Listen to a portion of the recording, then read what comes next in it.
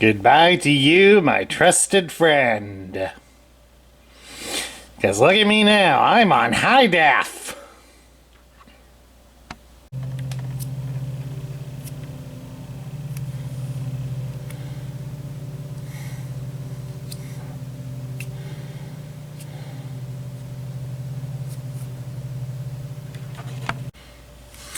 Hello everybody, Sparkster1701 here, and I want to apologize to all of my fans and viewers for the hiatus that we've had. It was unexpected, but as you could probably figure from the way Larry was acting there, we had some technical issues. The shutter on my previous camera, which has done all of my previous videos for the better part of 6 years, has finally decided to quit on me. So we had to, unfortunately, because my videos were ruined due to shutter issues, I've had to refilm them, which would include this one right here, and the one that will be coming up on our normal schedule on Friday. So unfortunately, we're short a video this month, and again, my viewers, I do apologize for that. But we're going to give this one another try. So today, we're going to take a look at the Power of the Primes version of Battletrap. In the Generation 1 era, Battletrap was sold as a duocon, which was basically two vehicles that merged into one robot. It was, according to the lore, it was an old attempt by Shockwave to try to form a triple changer. However, the experiment for that really didn't produce the best results, since the robot's personality would wind up being split between the two vehicles. Battletrap would be the only one that would come through it relatively sane. The only other one to survive the process, Flywheels, or Skytread as he's known as today, wound up being a little bit insane due to the fact that his personality would be fractured to the point that each half would get jealous of the other half, and they would constantly bicker with each other, even when united. So when Battletrap got re-released in the Power of the Primes line, they decided instead to make him two separate robots. So we have here Battleslash and Roadtrap. That way when they combine together, their name can be shortened to Battletrap. Now, we're going to take a look at these two guys individually, and we'll go from there. Alright, for starters, we'll take a look at Battleslash. Battleslash was the first half that I had found of the two toys. He was a relatively common find on many of the store shelves.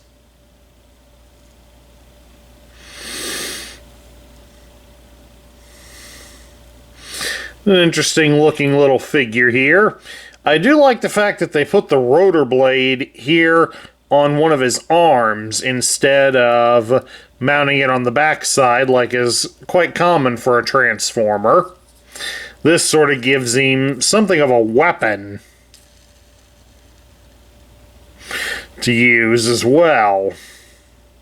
Now, of course, he could have used any of the Prime Master armor as a weapon as well that was available during that time. But I think this works better.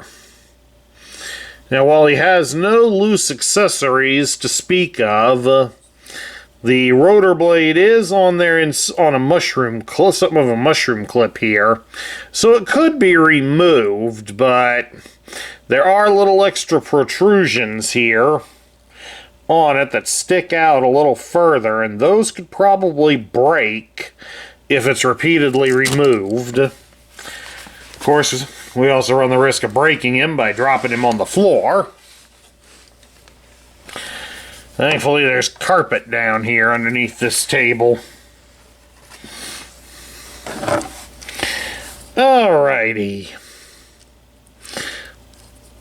So since he doesn't have any loose pieces, we'll go ahead and look at his articulation.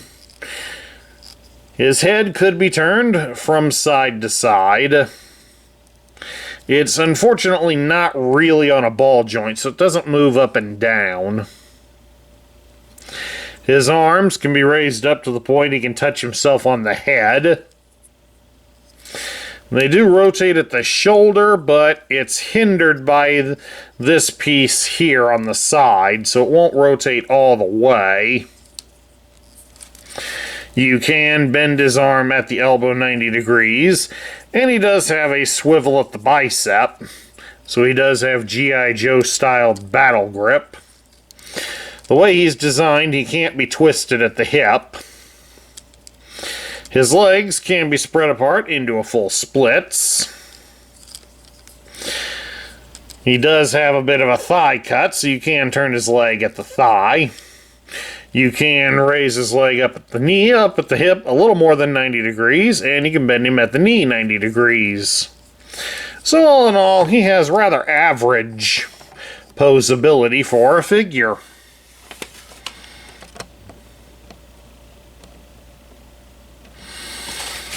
Alright, now to transform him, he has just only a few minor steps, but it is somewhat tricky at times due to the way these modern instructions are done. First thing we do is we come to his backside, and you're going to lower the cockpit section. Then we come around here to his front, and we're going to fold down his chest, so that way we can fold his head inwards. Then once that's done, we can bring the chest back up to reveal the headless robot. Then you're going to take his arms at the shoulders and you're going to fold them outwards, like so.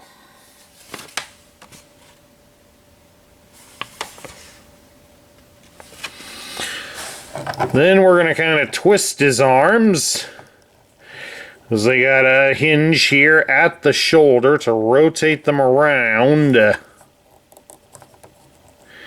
So you're going to get them all turned around. Caught him that time. So make sure the arms are to be facing like that. Oh yeah, the fists face outward like that. So we do the same real quick with the other arm. And of course, again, get that facing that way. This would probably be an instance where it would be nice to remove the rotor blade. It kind of gets in the way.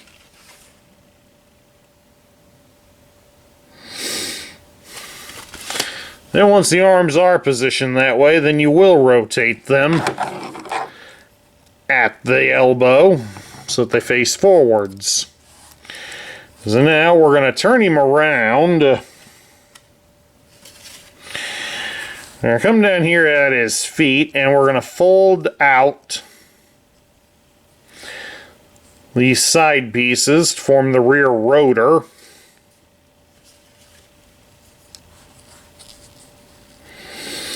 Then we are going to separate his hip piece so that his legs are spread apart.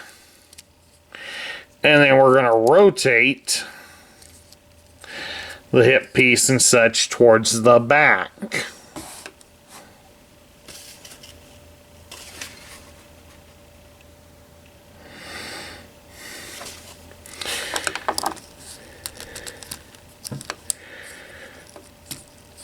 Now, we've just got to get it so that it twists, so that his legs will be in the proper position, like that. We got to twist them here at the kneecap, so that his feet are pointing upwards, and then they can be brought together.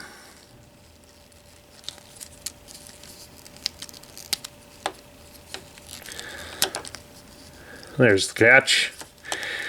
And connect them like so. Just exactly like that.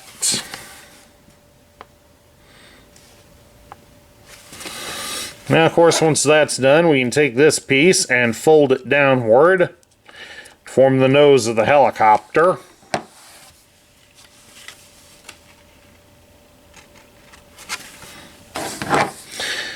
Then the shoulder pieces here, we got to fold them up so that it brings his arms up to the top.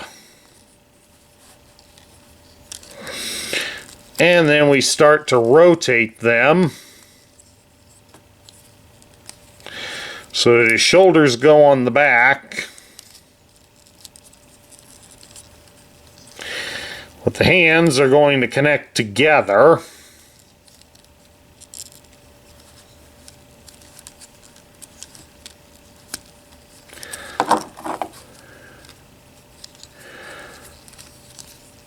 We're doing something wrong here.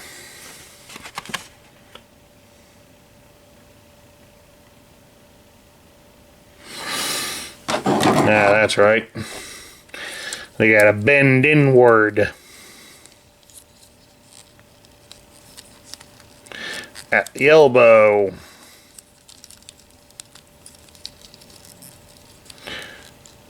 Kind of like that.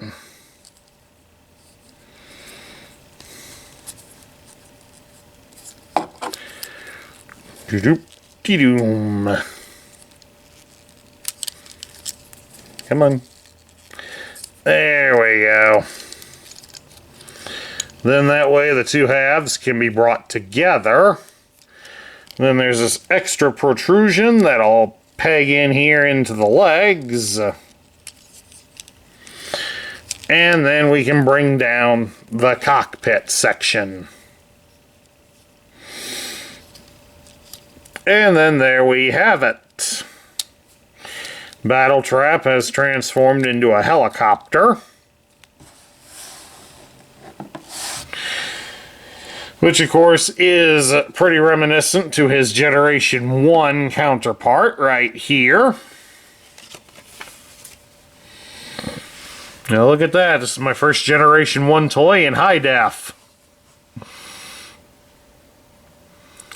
All in all, it looks pretty good. The original was intended to be a stylized version of an Apache, so the modern one borrows some of those elements, but goes in its own route as well, which is kind of nice.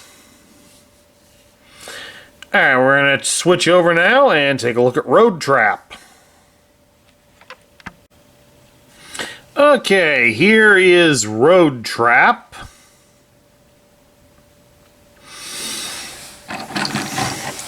This one, surprisingly, I had a heck of a job finding it. Thankfully, I've got a fair amount of friends out there that were of immense help in getting Roadtrap for me. That made for a nice birthday present.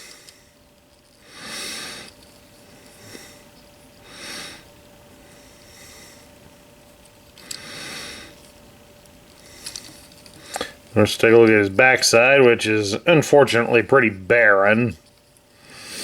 But then again, you're not meant to look at his back, you're meant to more look at his front. Again, like with Battleslash, he has no accessories. So we'll move straight on to his articulation. You can turn his head from side to side. It is definitely not on a ball joint, so it will not look up and down. His arms raise up to the side, about so far. And his arms can rotate all the way at the shoulder, although you will have to stick it out a bit so it can clear some of the protrusions on his back. His arms do swing up at the elbow about 90 degrees, and he does have a bicep swivel. So he can also do the G.I. Joe battle grip. He unfortunately cannot twist at the hips due to his design. You can spread his legs apart into a full splits. He does have a bit of a thigh cut. You just gotta be careful not to pop him apart. You can raise his leg at the hip about 90 degrees, and he can bend at the knee 90 degrees. So, again, having pretty average articulation for a modern Transformer toy. Now let's get ready to transform him into his alternate mode. And hopefully this time around we'll have a little better luck at it.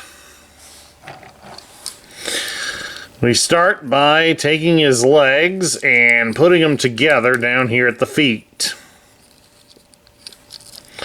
Then we're going to come down here to his underside, and we are going to fold down the front wheels of the truck to kind of get them out of our way.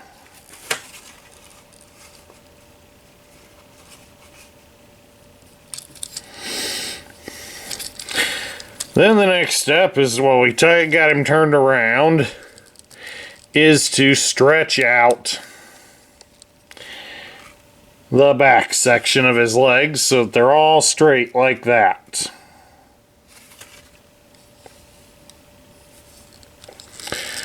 Then next we're going to take his arms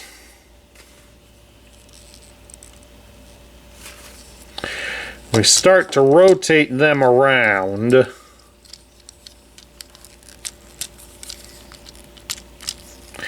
to the back side. And he should just clip on to his body like so.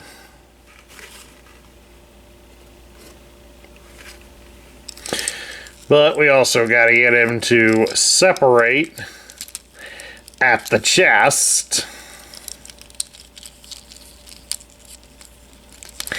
Here on the front.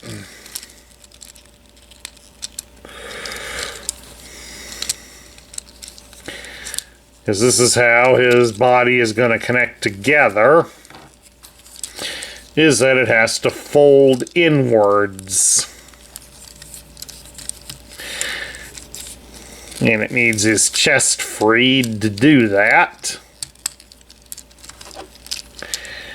And reinsert these back in. He likes to pop apart, as you can see. Come on, Lego. We ain't got any Legos in the house, so we can't do that joke. Once the arms are shifted in, we can then attempt to reconnect things here on the top of the vehicle. That's better. Once that's all done, then we can come down here to the underside, fold down the wheels. The extra pieces should lock into his fists.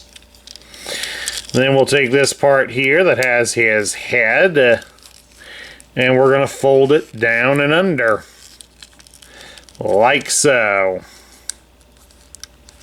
So that it keeps his head hidden. Thing keeps popping loose on me, but then there we have it. He is in his truck mode. Of course, here's Battletrap's Generation 1 truck. The truck was designed, intended to be inspired by a Ford pickup truck. The modern one does a little bit of a better job with it due to the fact that it actually has paint details, whereas all the details on the original toy were done in stickers.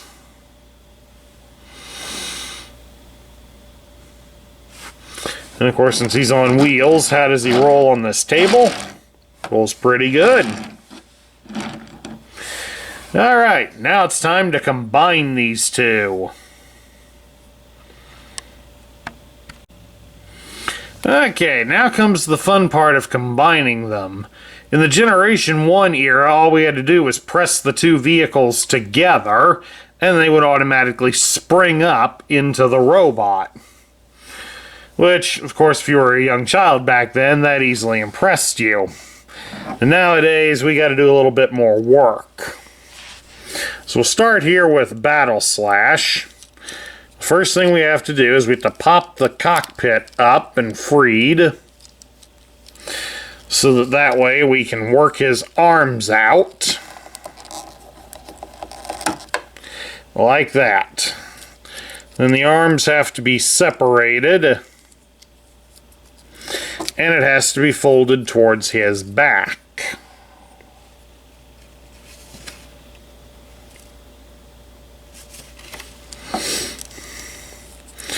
And of course, while you're doing that, you also want to tend to rotate them so that the pieces reconnect back here.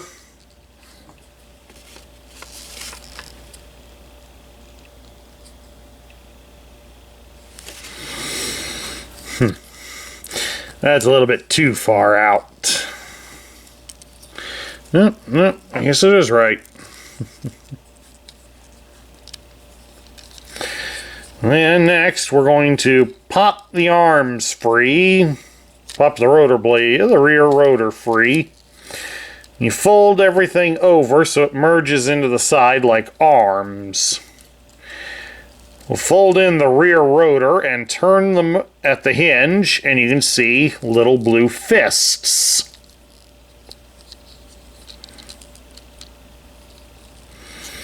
And then we'll open up the cockpit here, and we can fold out the head. And that gets the upper body ready.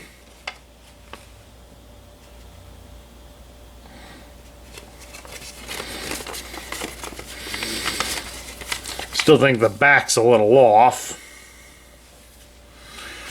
Let me try one last attempt, see if we can't get it. Yeah, that's what we should have done. We should have rotated it a little bit more.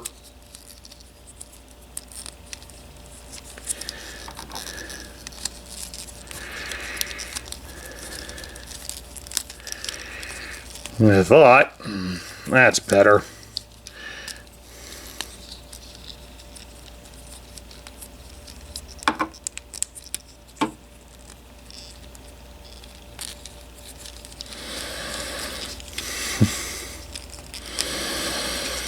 It just doesn't want to work out.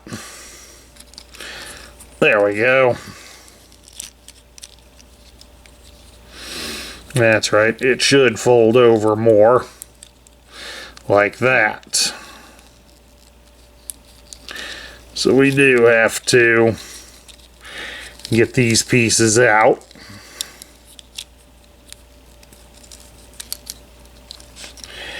Out and about and shake it all about. When you feel like you're doing the hokey pokey with your transformers.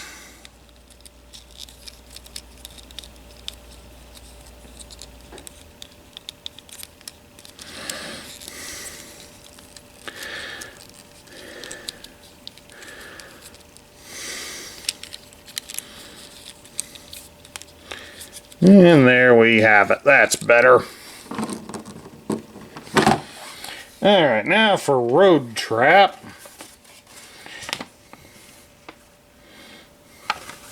It'll be somewhat easier. We gotta come down here and we gotta get the wheels out again. Rotate the head back up. Separate the arms out. And then we gotta shift this unit so that he stands again most of the way up. Help that move. Then we can put the wheels back. Get his chest reattached. And then, of course, reattach the arms onto his backside.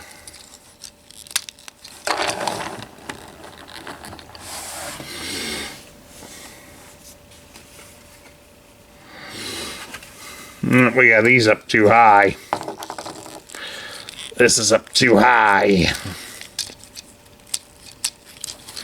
These gotta stay down so that it shows more of a hip shield area around the head. And this way it also conceals the fists more down inside the leg. Alright, then once that's done, it's a simple matter of plug the two halves together. And there you have it. Battletrap. And of course, for comparison's sake, here is his Generation 1 form. The G1 form, unfortunately, was a brick. You really couldn't articulate it anywhere except around in the legs. But that was mostly just to play with the spring mechanisms that it had. He really didn't stay put. This modern Battletrap is fully articulated. We can turn his head from side to side. And it's on a slight hinge plate for where it moves, so it can be made to look like he's looking down. His arms can reach out about so far. They can be fully turned at the shoulder. He can bend at the elbow 90 degrees. He also has G.I. Joe battle grip. Due to the way he's set up, he can be twisted at his hip. So he's got him some dance moves there. You can spread his legs apart into a full splits. We can raise his leg up at the hip a little more than 90 degrees. And he can bend at the knee about 90 degrees. Or somewhat less due to the way the arm gets in the way. Down here, yep. Significantly less down there, but he does make up for it by being able to pose just a little bit more. But now we get to my thoughts. What do I think of this modern Battletrap? This one is definitely an improvement upon his Generation 1 counterpart. The idea to make him as two robots certainly makes him more useful as a unit to the Decepticons, as not every mission is going to require both robots to be out there. So all in all, this was actually an improved figure. The articulation is considerably better than the Generation 1 version. It just still would have been nice if Hasbro would have given it a modern biography, so we'd understand a little bit more about what's changed with this character. I certainly would like to know what's different about him. Oh well, time will tell, and eventually, hopefully, somebody will. But at any rate, that's my look at the new modern Battletrap from Power of the Primes. I hope everybody enjoyed it. And remember, if you do like the content that we feature here on this channel, please remember to like, share, comment, and subscribe, because we appreciate the feedback. This is Sparkster1701 saying that we will be back on our normal schedule on Friday, and I'll catch you all later.